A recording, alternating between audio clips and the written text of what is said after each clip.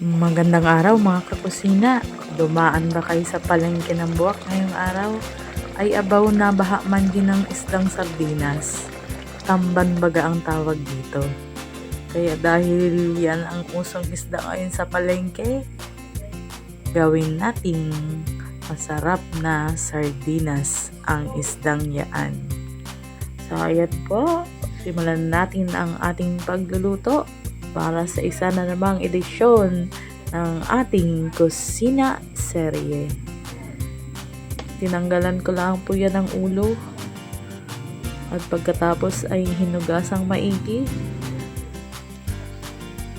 At yan po ay aking lulutuin sa pressure cooker. Pagkatapos kong hugasan ay sinalansan ko ng maayos sa pressure cooker. Nilagyan ko siya ng bawang, dahon ng laurel, siling green, pilis, at siling labuyo. At nilagyan ko rin po yan ng carrots. Hala, carrots baga yan? Mali po pala, pickles po pala yan.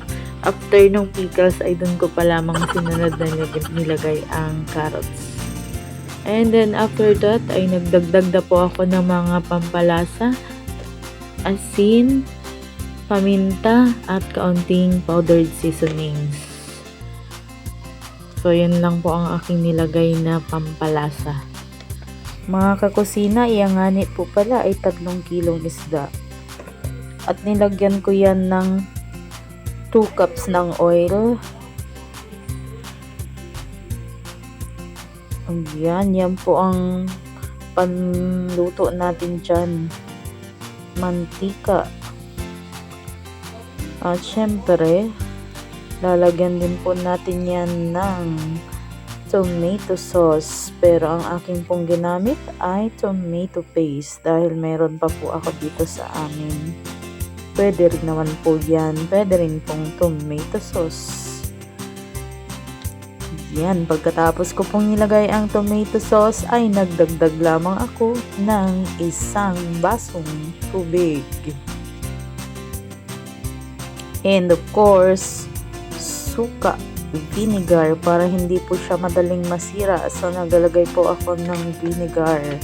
At pagkatapos po ay sinapna ko na po yan sa apoy. So, malakas na apoy muna. Tapos pagkulo na po ay doon nyo pahinain ang apoy. At yan na po. So, yan ay nakasalang sa apoy ng mahigit 1 oras. Para po siguradong malambot ang tinik ng ating sardinas. Ang bango po ng amoy. Kung naamoy nyo lang ay sauce, kabango po ng amoy. Ayan na po, yan ay paluto na ang ating homemade sardines.